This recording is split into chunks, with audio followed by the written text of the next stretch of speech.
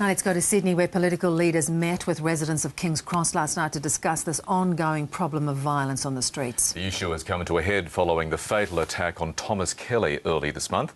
This morning, our reporter Kumi Taguchi is in the Cross speaking to concerned locals. Good morning, Kumi.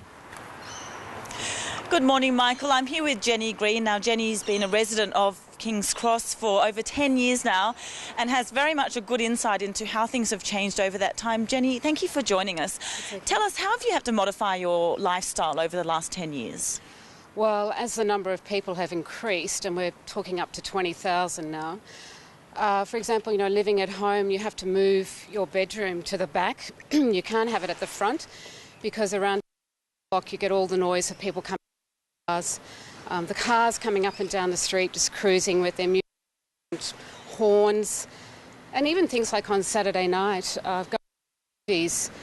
You wouldn't go out and see a 9:30 movie because it means you've got to come back, massive crowd. So you a movie. You don't have friends over to dinner who live outside the area because they can't get in and they can't get out. So it significantly changes your lifestyle. During the week, it's a fabulous place to live. It's really, really nice, apart from motorbikes. It's a terrific community. And look, your viewers might wonder, well, why would you live in such an area? But in fact, it's changed so much in the last few years. The whole dynamics of the area is really, it's like an invasion on Friday and Saturday nights, and residents just hunker down. And they don't go out after about 10 because it's pretty ugly out there.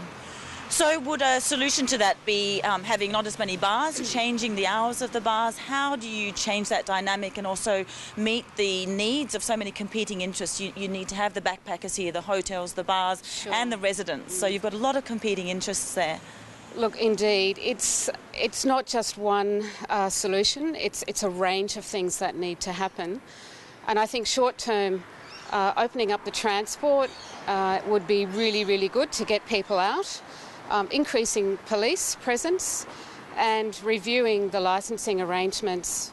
For example, in Paris and New York, you don't have a licence for a lifetime. It's reviewed every year or two, depending on the conduct of the establishment. I think in the long term, it's about creating diversity in the area, having pop-up events, live music, not just the big drinking barns. So you really need to look at what else people can do and try and change the culture of just drinking all night. I think that's really the crux of it, and that's long-term work. One noticeably absent group at the forum last night were young people, and so much of the focus has been on young people. Why do you think that was, that there weren't many there last night? Well, yeah, that really surprised me. I thought it was a great night. It was really well attended. But to me, yeah, that group were missing.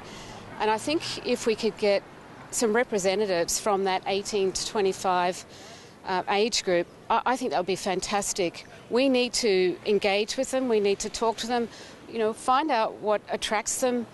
What could we offer in the area that's not just drinking barns? And I think that would be a really good contribution. And I would encourage the forum, state government, to engage with that group, because they may hold the answer here. Thank you so much, Jenny. Well, that was Jenny Green, a long-time resident of King's Cross, and we're following this throughout the morning. We will be speaking, as we mentioned earlier, to Clover Moore, the Lord Mayor of Sydney, next hour, and also Malcolm Turnbull, the local member here. So very much a diverse problem here in King's Cross, but one that's looking like it could be solved, hopefully, with more community consultations and this momentum that's now trickling through the community after the Thomas Kelly death. Kumi, thank you. We'll see you a bit later on.